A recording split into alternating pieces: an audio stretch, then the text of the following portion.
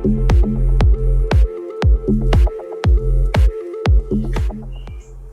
everybody, it's Randy here again from Happy Maple Nursery, and we're just continuing our work on planting up some of our spring planting of some bareroot persimmons. These are American persimmons, which make delectable little fruits, but aren't your standard for bonsai, I guess. The typical persimmon that's used, in my understanding, is the Asian persimmon or the princess persimmon, which has a smaller fruit. With the princess, Asian has a little less astringent fruit, so a little different. And you can eat them without having to let them basically go overripe. These guys are a little different, but they are hardy to our zone here in 5B all the way down to zone 4. So we're going to really play with these. They have beautiful textured bark, and the fruit and flowers are fantastic. So we're going to continue to work with some of these. We're going to make a rather large group planting here. Well, large in the sense that we're going to plant these in a circular pot here. Maybe this one's a little too small.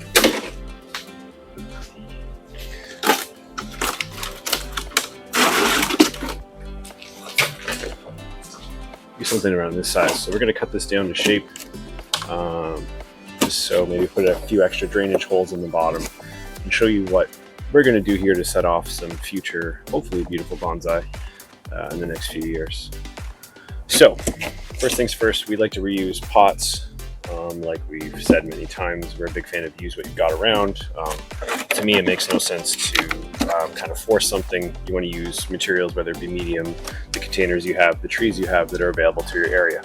There's no reason why you can't make that work. It may not be done in the past, it may not be something that's super prevalent, but I encourage you to experiment because, in my opinion, a lot of the reasons why things are said not to be ideal is that they simply haven't been tried and optimized. So you can see we have this pot here. It's actually missing one of the holes on the side. So what we're going to do is just drill some holes in the bottom just using a drill, just to improve drainage. That's a really important aspect of bonsai. These have typically a very small soil volume, so they tend to drown essentially. So you want high throughput medium that doesn't retain too much moisture depending on the trees you're working with. Some varieties like obviously a little wetter medium. These guys like some wetness, but not too much in our experience. And the other aspect of controlling moisture in your medium is going to be your container. Obviously, if you're using grow bags, those dry out a lot faster. These plastic containers tend to hold a little moisture. And also what's in there is really important. So really simple. We're just going to use our potting bench here, the slats between them, to brace our pot and just drill a few extra holes in here.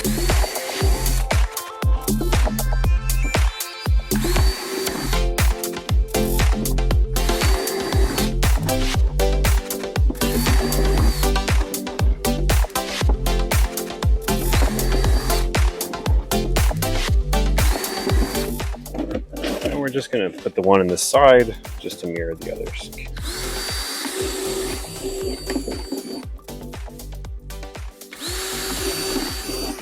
So, with that now done, we're just going to cut this pot down. And you can see that these are our bare root seedlings. So another really important point when working with bare root seedlings is to make sure the roots do not dry out, especially on hot days or windy days. You got to be really aware of that. It's probably better to leave them wrapped in something that's wet, whether it be plastic with some sphagnum moss, or we get these shipped with shredded paper, which is really cost effective, just to keep them wet. You do not want these drying out. That is a great way to really compromise the health of the tree from the get-go. So we're just going to mist these.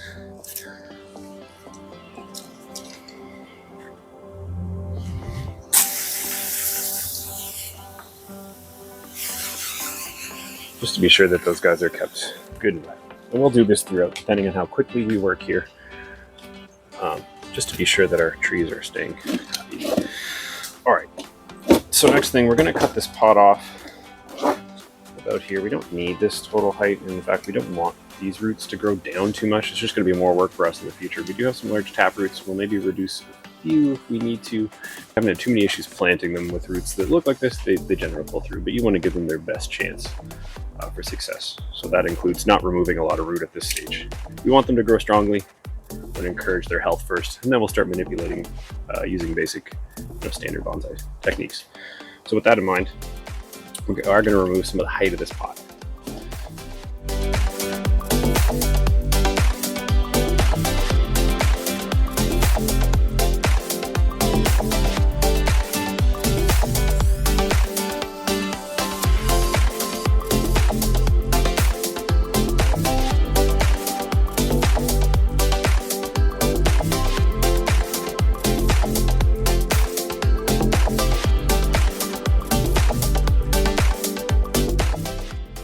that. Recycling, I should say. And then we have our pot. So this should give us a good height to work with. I am going to put some wires in this pot just so I can hold the trees in place. We are going to do a group planting, so it's going to be like a clump, or well, I guess it'll be a small group. So we're going to get a lot of small trees if we can, kind of close to each other, and grow them out in what looks like a forest, persimmon forest, if you will. The look we're going for here. And so these wires will really just help me support the trees, make sure that they don't wobble around while they establish roots. At some point they should establish roots, and they should stabilize themselves. But until that, we don't want them moving around. It can really compromise their health. Just breaking those small feeder roots over and over and over really sets the tree back. We're also going to baby these guys by keeping them in our greenhouse, just because the work we've done here is pretty extensive, and we want to allow them to become healthy again.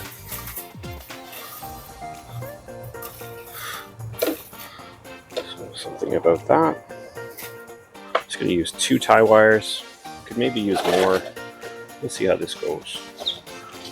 We've been trying a few of these forest plantings lately, and without an extra set of hands, having these wires is really helpful in just stabilizing your trees as you look to place them. So hopefully I've got enough wire there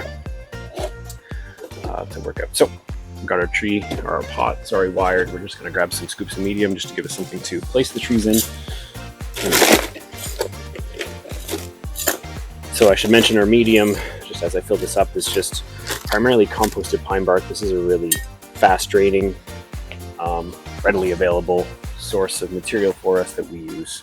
So it's primarily that, with a bit of peat-based compost for food, as well as some materials to improve drainage. So we have some recycled soil here. We really like to use what we have. So we do have some pumice, some akadama, some lava rock, as well as some perlite.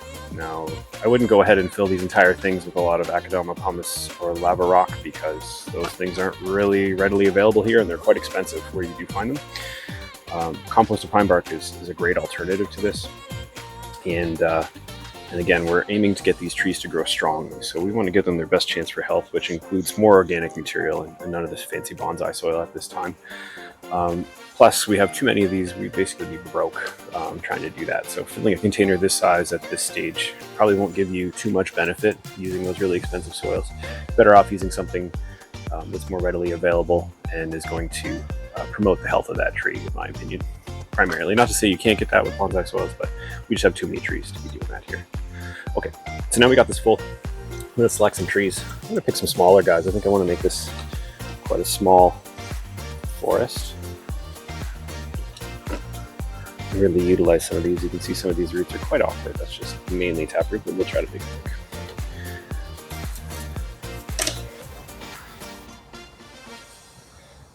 And so the idea will be to give kind of visual interest. You want to create your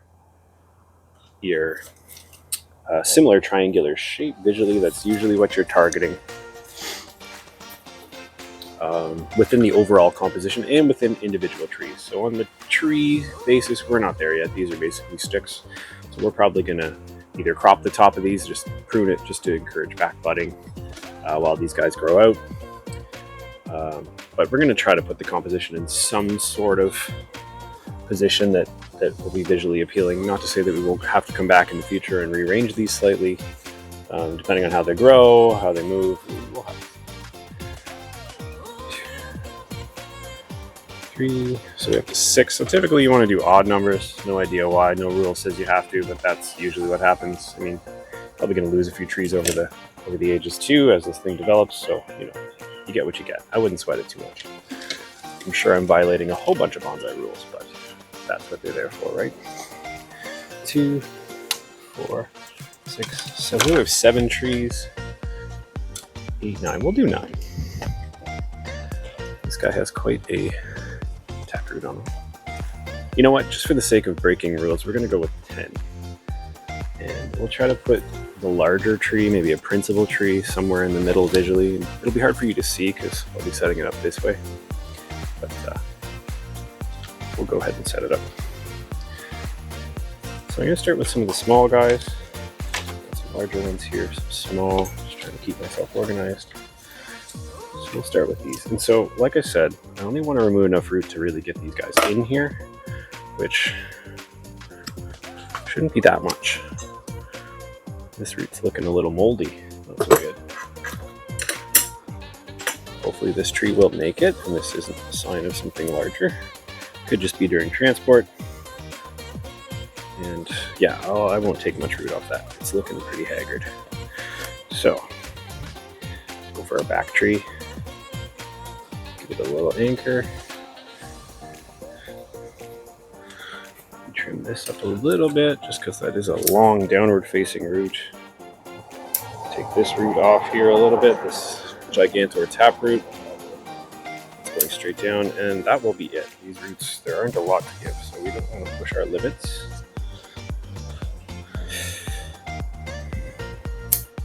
That up.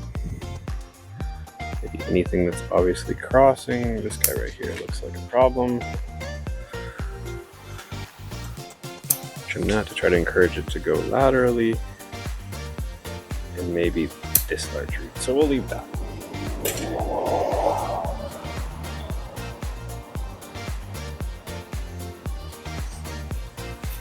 And so once we get a few in the back and the front, we'll look to, I think I can get away with that. Trim these to make these, maybe send out some more lateral roots. Trim these high roots. So we're going to get a cluster there. We'll build up the back, our small trees, and then we'll try to work our principal tree in the front. So this root is a little problematic. You can see it's got some big honking guys. So we're going to try to remove the biggest parts if we can. And just try to get this thing to grow laterally by trimming some of these up. Yeah, as much as we'll do. Okay, so we got 4 over here. Go for another 3 or 4 on this side.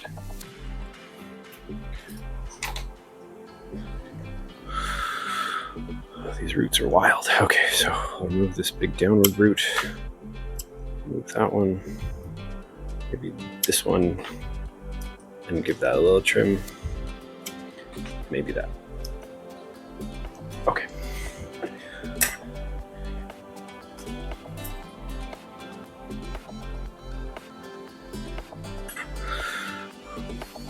This is also a really wild root to be working with, but these are how persimmons are. And maybe remove that. Pretty crazy. Should have maybe kept the smaller one. Oh well. There'll be lots of opportunity to work with these guys in the future.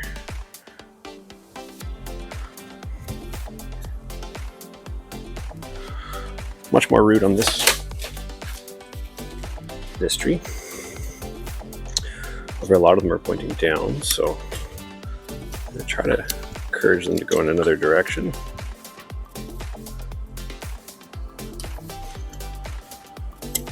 Does in fact cross, not so good, and so is that one.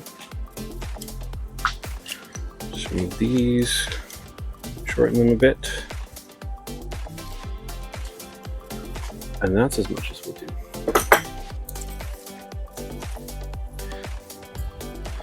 Okay, so now we're going to work on what will be the forefront trees. We kind of have our background trees, and we'll get our forefront trees here, which are a little bigger. That guy's not going to touch the root on that one.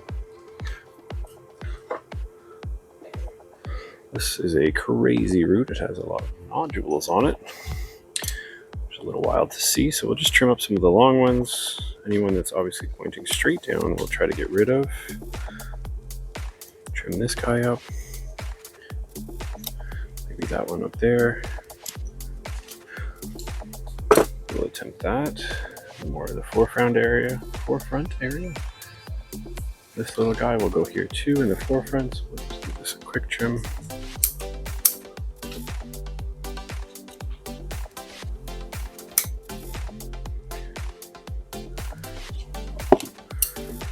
And so what do I do? 2, 4, 6, 8, 10, 11. Now I thought we were going to do an even number just to be dangerous, so maybe we'll do that. Take this big guy here. Ooh, some heavy roots on this guy.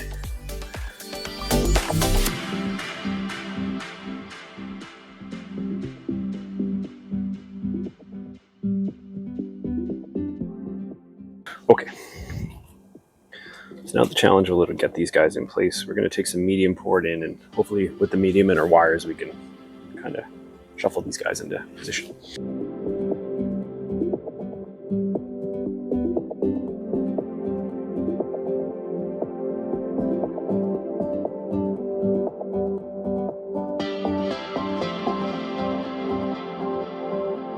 So now the challenge is getting these guys in some kind of viewpoint that doesn't obscure any of the trees and allows you really to see what's going on. Gives you that feeling of a forest.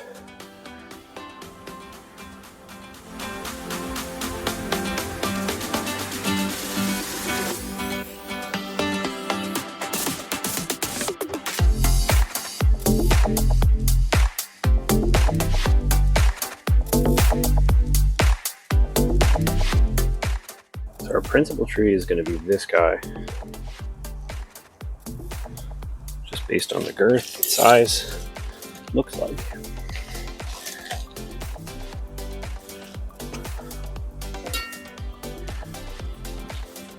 But now we're also looking for a bit of a splay out pattern. Got the dead twig there.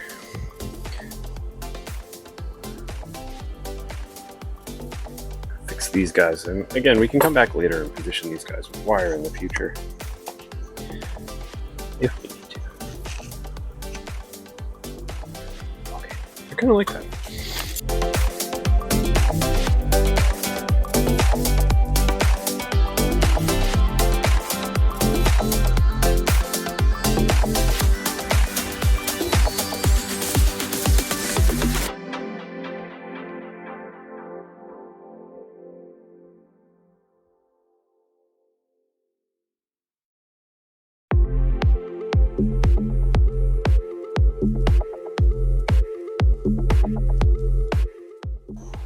And you know what? I'm going to try to incorporate this. This is going to be really challenging.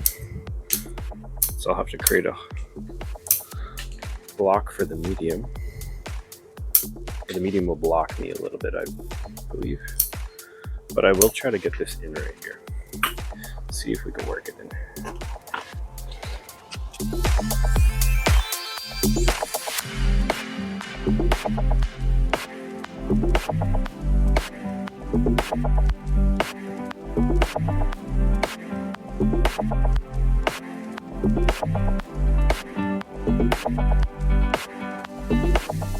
So usually in a forest or a group planting, you want things going up.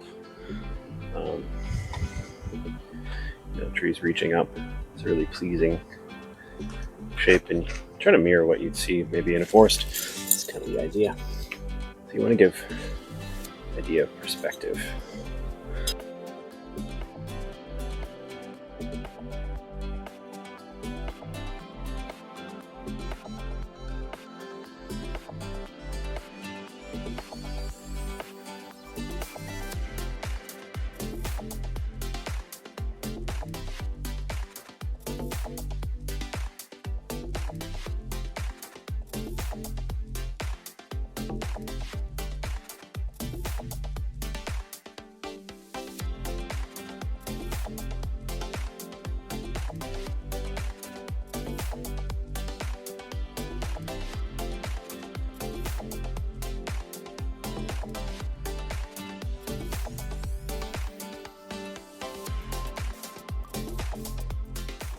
That's kind of it.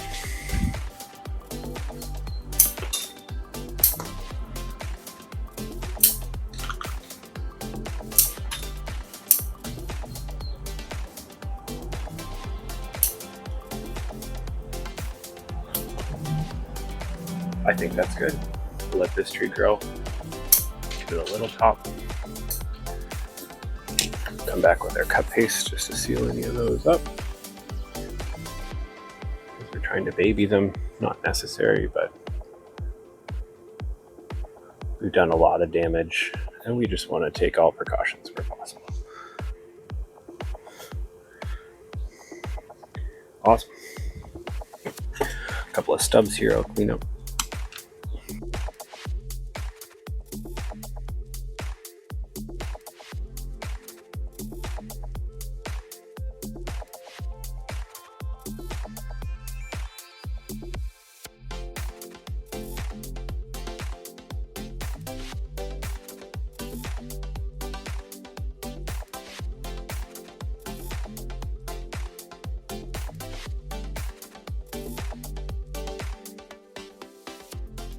And I believe that's it. So what we'll do is we'll water this, and then we'll come show you what we created. Just because the perspective is a little difficult. This is what we created. We originally thought we'd need tie-in wires, but we're not going to use them. These guys seem pretty in there. And so our principal tree is going to be this one here. Some of our trees splaying out to the sides, giving you some depth. Try to be sure no trunks overlap each other too much so you can really see. And then we have that kind of outside shape with the principal tree being the top and the others kind of trailing off in that basic triangular shape. So we have given a quick trim on the top just to try to encourage back budding, get some branches, kind of fill this in. These guys are meant to be quite tall and columnar in a forest just because they are competing for light, which is what happens in a forest. And then if we need to, we can come back in the future and correct any angles that we want with some water. All right, so we'll go ahead and water this, and that's it. If you like this, subscribe, follow, like, and we'll keep putting these out. All right, take care. Bye.